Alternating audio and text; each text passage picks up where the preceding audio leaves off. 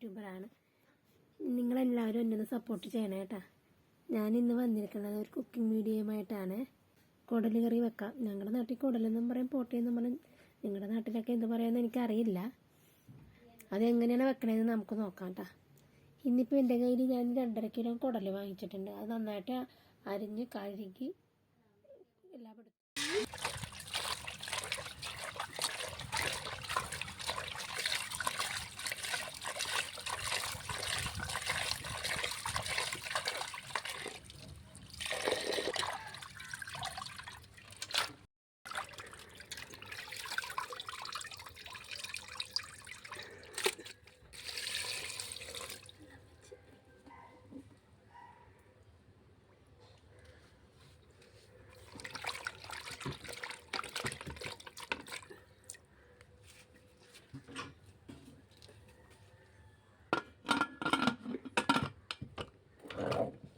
വേവിക്കാൻ വെച്ച് നമുക്കത് എന്തൊക്കെയാണ് വേണ്ടതെന്ന് നോക്കാം. അതിനായിട്ട് കുരുമുളക്, പട്ട, കറയാമ്പ്, ജാതിപത്രിക, ജാതിക്കയ നിങ്ങളുടെ കയ്യിലുണ്ടെങ്കിൽ അതും കുറച്ചെടുക്കുക. അതെല്ലാം കൂടി പിന്നെ 4 തേങ്ങ, ചെറുതാണെങ്കിൽ 4, വലുതാണെങ്കിൽ 3 തേങ്ങ ഇതെടുത്തിട്ട് ചിരണ്ടി എടുത്ത് വെച്ചിട്ടുണ്ടായിരുന്നു ഞാൻ. അതും എടുത്ത് ഒരു വലിപ്പമുള്ളൊരു ചട്ടി എടുക്കുക. എനിക്ക് ചെറിയ ചട്ടി എൻ്റെ കയ്യിലുള്ളത്. നിങ്ങളുടെ കയ്യിലുള്ള പോലെ നല്ല വലിയൊരു ചട്ടി എടുക്കുക. അതിലേക്ക് ഇട്ടിട്ട് അത് ഗ്യാസ് ഓണാക്കി വെച്ച് ഇളക്കിക്കൊണ്ടിരിക്കണം. അതിലേക്ക് നമുക്ക് കുറച്ച് വേപ്പിലയും കുരുമുളക് എടുത്ത് വെച്ചിരിക്കണം, എല്ലാ സ്പൈസസ് എല്ലാം കൂടി അതിലേക്ക് ഇടുക. അതിട്ടിട്ട് പിന്നെ കുറച്ച് വെളുത്തുള്ളി അതും ഇട്ട് കൊടുക്കണം. എന്നിട്ട് തീ കുറച്ച് വെച്ച് ചെറിയ തീയിൽ കൈ വിടാതെ ഇളക്കിക്കൊണ്ട് തന്നെ ഇരിക്കണം. അത് പെട്ടെന്ന് കരിഞ്ഞു പോകുന്ന സാധനം. അപ്പം അത് കാരണം അത് നോക്കി കൈവിടാതെ ഇളക്കി ചെറിയ തീയിൽ കൈ എടുക്കാതെ തന്നെ ഇളക്കി അത് നന്നായിട്ട് മുരിഞ്ഞ് വരുന്നവരെ ഇളക്കണം. പിന്നെ നമ്മുടെ സാധാരണ നമുക്ക് കടകളിൽ നിന്നൊക്കെ ക്ലീൻ ചെയ്ത കുടൽ സാധാരണ കിട്ടാറുണ്ട്. ഞങ്ങളൊന്നും അങ്ങനെ വാങ്ങിക്കാറില്ല. ക്ലീൻ ചെയ്യാതെ മുഴുവനാതെ മേടിച്ചുകൊണ്ട് വന്നിട്ട് നന്നായിട്ട് ക്ലീൻ ചെയ്തിട്ടാണ് ഞങ്ങളത് എടുക്കണത്. ക്ലീൻ ചെയ്താകുമ്പോൾ നമുക്ക് അവിടെ കടയിൽ ക്ലീൻ ചെയ്ത് തരുമ്പോൾ കുറച്ചും കൂടി നമുക്ക് അത്ര ക്ലീനായിട്ട് തോന്നില്ല. എങ്കിലും നമുക്ക് വീട്ടിൽ കൊണ്ടുവന്ന് നമ്മൾ നന്നായിട്ട് ക്ലീൻ ചെയ്യണം. നമുക്ക് കഴിക്കാനുള്ളതല്ലേ. അപ്പോൾ നമ്മൾ നന്നായിട്ട് ക്ലീൻ ചെയ്ത് തന്നെ എടുക്കണം. പിന്നെ ഒരു കാര്യം, എനിക്കിതിൻ്റെ കറക്റ്റായിട്ടുള്ള അളവും കാര്യങ്ങളൊന്നും എനിക്കറിയില്ല. ഒരു കൈക്കണക്കിനെ ഞാൻ എല്ലാം ഇടണത്. ഒരു ഉദ്ദേശം വെച്ചൊക്കെ അങ്ങനെ ചെയ്യണേലുണ്ട്. എനിക്ക് ഇത്ര കിലോത്തിന് ഇത്ര, പിന്നെ തേങ്ങയുടെ ഒരു അളവ് ഞാനങ്ങനെ പറഞ്ഞത് മാത്രമേ ഉള്ളൂ. ബാക്കിയുള്ള മസാലകളുടെ ആണെങ്കിലും എനിക്ക് അങ്ങനെ ഇല്ല. ഞാനൊരു കൈക്കണക്ക് സാധാരണ ചെയ്യണ പോലെ ചെയ്യണത്. ഇപ്പം നോക്കിയാൽ തേങ്ങ നന്നായിട്ട് മുരിഞ്ഞ് വരുന്നുണ്ട്. തീ കൈ എടുക്കാതെ നമ്മൾ ഇനി ഒന്നും കൂടി സൂക്ഷിക്കണം. കാരണം വെച്ചാൽ പെട്ടെന്ന് തന്നെ ഇരുമ്പ് ചട്ടി ആയതുകൊണ്ട് പെട്ടെന്ന് കരിഞ്ഞു. ഇപ്പം അതിലേക്കുള്ള പൊടികളൊക്കെ ഇടണേണ്. പൊടി എന്ന് പറഞ്ഞാൽ കുരുമുളക് പൊടി ഒരു ഉദ്ദേശം വെച്ച് പറയുകയാണെങ്കിൽ ഒരു 2.5 കിലോത്തിന് ഒരു 5 ടേബിൾ സ്പൂൺ മസാലപ്പൊടി ഇടണം. കുരുമുളക് പൊടി നമ്മൾ കുരുമുളക് ചേർത്തിട്ടുണ്ട്. അപ്പോൾ പിന്നെ ഒരു ടീസ്പൂണും കൂടി ചേർത്താൽ മതി കുരുമുളക് പൊടി.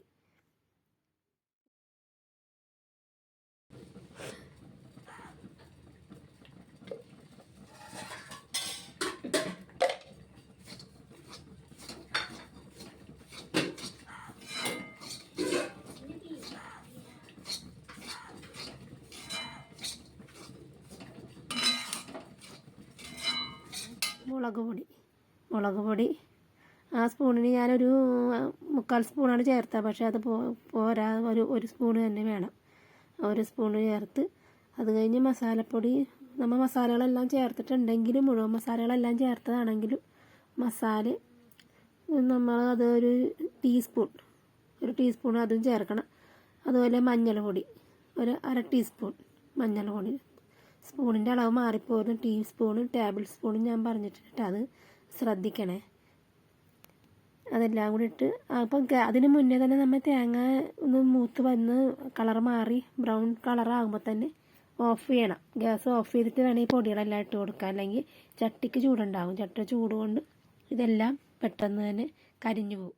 പിന്നെ അത് ആറാനായിട്ട് മാറ്റി വെച്ചിട്ട് നമുക്കിനി ബാക്കി അതിലേക്ക് വേണ്ട ചേനയോ പച്ചക്ക എന്താണെന്ന് വെച്ചാൽ ചച്ചക്ക ഞങ്ങളുടെ നാട്ടിൽ എന്താ പറയണമെന്ന് എനിക്കറിയില്ല. ഞങ്ങളിവിടെ പച്ചക്കായ എന്ന് പറയും. പിന്നെ ഞാൻ ചേനയാണ് മേടിച്ചത്. ചേന തൊലി കളഞ്ഞ് നന്നായിട്ട് അരിഞ്ഞെടുക്കണം. അരിഞ്ഞ് ക്ലീൻ ചെയ്തെടുക്കണം. പിന്നെ നമ്മൾ ചേന അരിയുമ്പോൾ ഒരു കാര്യം ശ്രദ്ധിക്കേണ്ടത്, നമ്മൾ അരിഞ്ഞ് വെള്ളത്തിലേക്ക് ഇടുമ്പോൾ നമ്മുടെ കൈ നനയാതെ നോക്കണം. കൈ നനഞ്ഞു കഴിഞ്ഞാൽ ചൊറിയും. അപ്പോൾ അങ്ങനെ അത് നോക്കിയാൽ മതി. എന്നിട്ട് ലാസ്റ്റ് കഴുകുമ്പോൾ മാത്രം, പക്ഷെ എന്നാലും ചില ആൾക്കാർക്ക് ചൊറിയും, ചില ആൾക്ക് ചൊറിയല. അതൊന്ന് ശ്രദ്ധിച്ചോളണം കേട്ടോ. പിന്നെ ഞാനിങ്ങനെ പറയുമ്പോൾ എനിക്ക് ചെറിയ ചെറിയ തെറ്റുകളൊക്കെ വന്നുണ്ട്.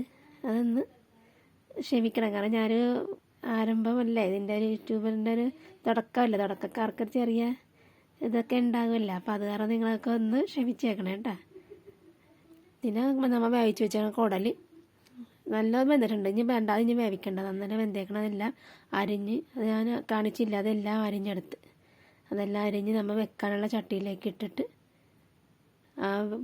ഞാൻ ആ ചേനയുടെ കൂടെ ഞാൻ പച്ചമുളകും ഇഞ്ചിയും കൂടി അതും വേവിച്ചപ്പോൾ അതിലേക്ക് ഇതും കൂടി ഇടണം. പച്ചമുളകും ഇഞ്ചിയും വെളുത്തുള്ളി നമ്മൾ അരക്കാൻ ചേർത്തതുകൊണ്ട് അതിൻ്റെ ആവശ്യമില്ല, ഇതിൽ ചേർത്ത് കൊടുത്ത്. എന്നിട്ട് നമ്മൾ വെന്തിരിക്കണ കുടലിലേക്ക് ആ പച്ചക്കയും ആ വെള്ളവും കൂടി അതും കൂടെ ചേർത്ത് കഴിഞ്ഞ് അരച്ച് വെച്ചേക്കണം. ആ അരപ്പും നമ്മൾ വറുത്ത് വെച്ചില്ല, അത് അരച്ചിട്ടുണ്ടായിരുന്നു. എണ്ണ ഞാൻ അധികം ഒഴിച്ചില്ല അരപ്പിൽ, അതാണ് അങ്ങനെ കട്ട പോലെ ഇരിക്കണം. കാരണം വെച്ചാൽ കുടലിൽ നെയ്യുള്ളത് കൊണ്ട് പിന്നെയും കുറേ കൂടി എണ്ണ ചേർക്കുമ്പോൾ പിന്നെ ഒത്തിരി നെയ്യായി പോണതുകൊണ്ടാണ് ഞാൻ എണ്ണ ഒത്തിരി വരില്ല. അതുകൊണ്ട് ഞാൻ തേങ്ങ വറുത്തപ്പോൾ അധികം എണ്ണ ഒഴിച്ചില്ല, നേരിയായിട്ട് ഒഴിച്ചുള്ളൂ. അതുകൊണ്ടാണ് അത് അരച്ചപ്പോൾ കട്ട പോലെ ഇരിക്കണം. അരപ്പും അതിലേക്ക് ഒഴിച്ച് നന്നായിട്ട് ഇളക്കി കൊടുത്ത് എല്ലാമായിട്ടൊന്ന് യോജിപ്പിച്ചെടുക്കണം. അത് നന്നായിട്ട് കുറച്ച് വെള്ളം ഒഴിച്ച് കൊടുത്തിട്ട്, അതിന് പാകത്തിനുള്ള വെള്ളവും കൂടി ഒഴിച്ച് കൊടുത്തിട്ട്, കുക്കർ കഴിയ വെള്ളമാണ് ഞാൻ ഒഴിക്കണത്. എന്നിട്ട് നന്നായിട്ട് ഇളക്കി ഉപ്പൊക്കെ നോക്കി, നമ്മൾ അപ്പോൾ ഉപ്പ് വേവിക്കാൻ വെച്ചപ്പോൾ നമ്മൾ ഉപ്പിട്ടായിരുന്നു, അത് ഞാൻ പറയാൻ വിട്ടുപോയതാണ്. അതിന് ശേഷം ഈ ഉപ്പൊക്കെ എല്ലാം നോക്കി അടപ്പിൽ വെച്ച് തിളപ്പിക്കണതാണ് കാണുന്നത്. നന്നായിട്ട് തിളക്കണം. നന്നായിട്ട് വെട്ടി തിളച്ച് അതിൻ്റെ അരപ്പൊക്കെ ഒന്ന് കുറുകി വന്ന് കഴിഞ്ഞിട്ട് നമ്മളത് മാറ്റി വെച്ചിട്ടാണ് അടുത്ത താളിച്ചിടണ്ടേ. കടുകും വേപ്പലയും ഉള്ളിയും നിങ്ങളുടെ കയ്യിലുണ്ടെങ്കിൽ വറ്റൽമുളക്. എൻ്റെ കയ്യിൽ വറ്റൽമുളക് ഇല്ലാഞ്ഞതുകൊണ്ട് ഞാൻ ഇട്ടില്ല.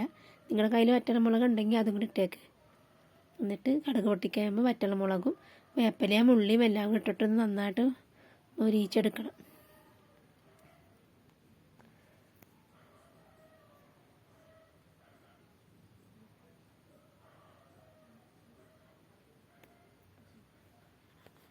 വേപ്പലയാണ് ആദ്യം ഇടണം കേട്ടോ. ആ വേപ്പല ഇട്ടതിന് ശേഷമാണ് ഞാൻ ഉള്ളി ഇടുന്നത്. ഉള്ളിയും ഇട്ട് ഉള്ളി ചെറുതായിട്ട് അരിയണം, അപ്പം എന്നാലേ നമുക്ക് പെട്ടെന്ന് മൊരിഞ്ഞ് കിട്ടുകയുള്ളൂ. വലുതായിട്ട് അരിഞ്ഞാൽ ഉള്ളി മൊരിയാൻ താമസം വരും. എൻ്റെ ചട്ടി കണ്ടിട്ട് ആരും മേടിക്കാനൊന്നും വേണ്ട കേട്ടോ.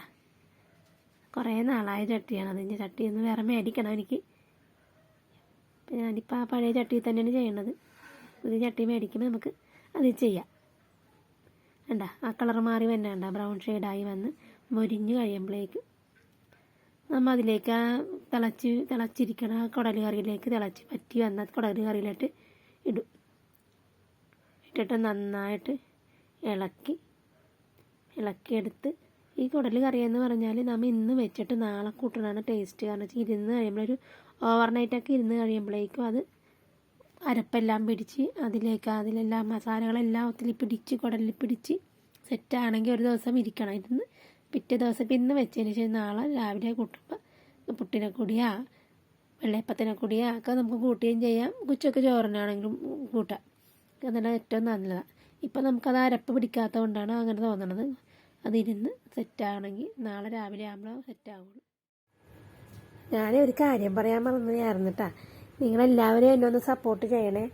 ഈ വീഡിയോ കണ്ടിട്ടൊന്ന് ലൈക്ക് ചെയ്യുകയും ഷെയർ ചെയ്യുകയും സബ്സ്ക്രൈബ് ചെയ്യുകയും ചെയ്യണം. കാരണം ഇപ്പോൾ എനിക്ക് 20 സബ്സ്ക്രൈബേഴ്സേ ഉള്ളൂ. എനിക്കൊരു 50 ആക്കി തരണേ. പിന്നെ അടുത്ത നല്ലൊരു വീഡിയോ ആയിട്ട് ഞാൻ പെട്ടെന്ന് തന്നെ വരുന്നതായിരിക്കും. പിന്നെ അത് കൂടാതെ എന്തെങ്കിലും തെറ്റുണ്ടെങ്കിൽ, എന്തെങ്കിലും നിങ്ങൾക്ക് അഭിപ്രായമുണ്ടെങ്കിൽ, നല്ലതാണെങ്കിലും ചീത്തതാണെങ്കിലും അത് കമൻറ്റിൽ വന്നൊന്ന് അറിയിക്കണേ കേട്ടോ.